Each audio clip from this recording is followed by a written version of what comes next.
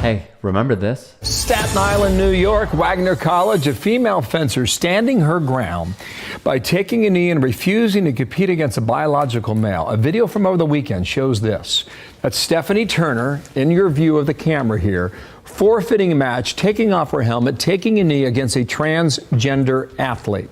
Referees gave Turner a black card, which immediately disqualifies her from the entire competition. She's done. It was a story that was featured on Fox News a lot, likely to distract the masses from Trump's trade war, which he has failed at, and how he does not want to honor the Constitution. A simple Google search would show the amount of time Rupert Murdoch's company put into this story. There are multiple pages of them devoting time and energy and manpower to it. The network brought in the likes of Riley Gaines, Linda McMahon, Pam Bondi, have amplified the likes of Ted Cruz. This was an all-out assault on that channel. Let's bring in the athlete at the center of it all, Stephanie Turner. And Stephanie, thanks so much for being with us. We really appreciate it.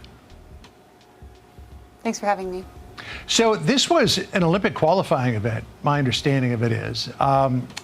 This was something that you had prepared all your life for. It wasn't an Olympic qualifying event? I'm sorry. I had heard that this morning. No, it wasn't. It was an important event, though. And this is something that you've been preparing for an awfully long time. What they left out of all of this was the following: that Turner is 31 years old, and her competitor on this dais, Redmond Sullivan, is 19. She is, according to Awful Announcing, a D-level fencer, meaning she is, well, not awesome. Turner is of a similar skill set. The tournament they competed in is called the Cherry Blossom Open. It is rather insignificant. To give some context, those ratings range from A to E. So, not great. Another big, and I mean big, revelation was this. Turner, who took a knee in protest to forfeit her match against fellow D-rated fencer Redmond Sullivan, actually competed in a mixed gender competition just 1 week before she was set to face Redmond Sullivan. On the flip side, Sullivan has faced men her whole life, including while undergoing hormone treatment. For Turner, the results prove it. Torre's guest, fencing whistleblower, referee, and coach Andrew Fischel, stated that Turner not only competed against several men, but she actually beat them. He'd explained strength in fencing is not as important as timing, tactics, and precision, to name a few. I fenced almost an entire season in the NCAA on the women's team, where nothing like this has happened. There's been no backlash to me fencing, and it has been a historically mediocre season, and there have been no issues with it until there was the NCAA ban. So to just clarify, Red Sullivan no longer fencing for Wagner, her college team, famously thanks to the federal government. By the way, at the Cherry Blossom tournament, Redmond Sullivan would place 24th out of 39 spots. Again, no disrespect, not a good fencer, okay? We're not talking about the elite athletes at play here. Fischel would call the tournament deeply unserious, his words. He'd try to reach out to Turner as well, to no avail. If you were on the Fox News guest booking team, you would have direct access. Fischel stated on the show that Turner needed to have a C rating or better to qualify for some national championships and tournaments. He concludes that she is a casual fencer who is doing all of this for funsies. I find that the cause is pretty simple, as you say. I mean, I'm a woman competing in women's sports, and men have a male advantage over me in female sports. And now we're at the point that every parent in America is immediately going to extrapolate a lot from that simple statement, right? It's the eternal trans debate. What I want to clarify simply is when it comes to Stephanie Turner's career and her fears about facing a male fencer on the level of physical safety, as one very popular argument goes, and then on the level of competitive disadvantage, which is the other one that we just heard articulated. How do you assess that part of her story? They both seem very silly to me. As a high-level fencing coach, I can safely say that I have never, ever told one of my female fencers not to fence a male fencer because it was dangerous.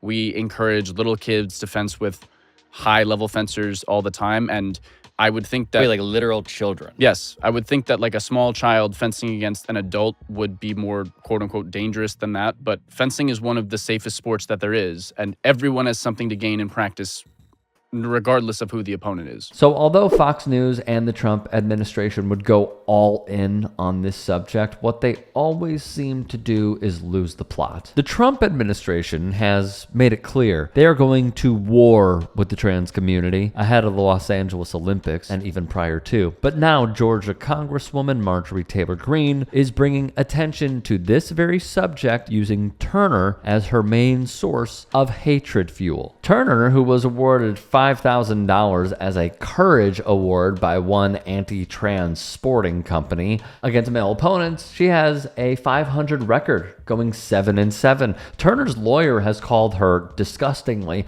the Rosa Parks of fencing, which is an abomination, to say the least. USA Fencing has gone on the record stating that of the more than 40,000 athletes that compete in their sport, less than 50 are trans. Less than 50. At the NCAA level, when Dick Durbin, who is going to be retiring, senator from Illinois, questioned Charlie Baker of the hundreds of thousands of athletes. He asked how many are trans, and Baker said less than 10. I think what seems to be a theme here is, yes, they really ran hard on, as Michael Knowles would say, eradicating trans people, as he said on that stage at CPAC. This is what they want to do. And for many who simply did not see the writing on the wall, as I did in the beginning, they are using sports as a gateway to lead all of those that follow to the Michael Knowles of the world's conclusion that the goal is to eradicate trans people from society. That is what they want to do.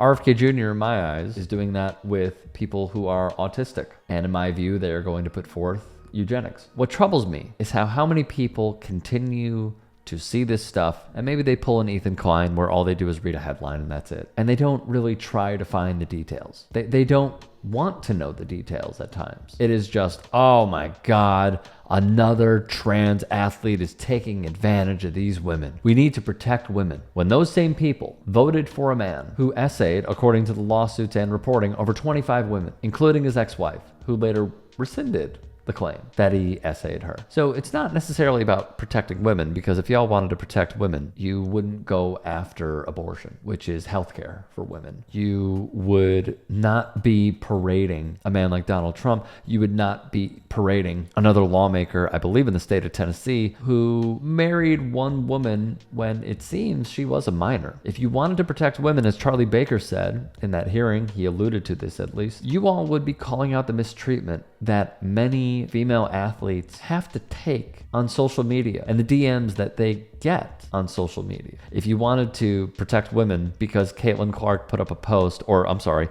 liked a post from Taylor Swift where she endorsed the opposition of Donald Trump, then you wouldn't go after her, Megyn Kelly, Riley Gaines. You would protect her. But that's too much to ask. Hey, I appreciate you watching. Now, if you can, please do become a channel member by going to youtube.com/TYTsports and clicking the join button. If that's too much for you, you can just go to tyt.com/join to become a member. It helps all of us out here at the Young Turks and keeps our network afloat. In addition, you could follow me on my socials on Twitter, Instagram, and TikTok. Appreciate the love. Have a great day.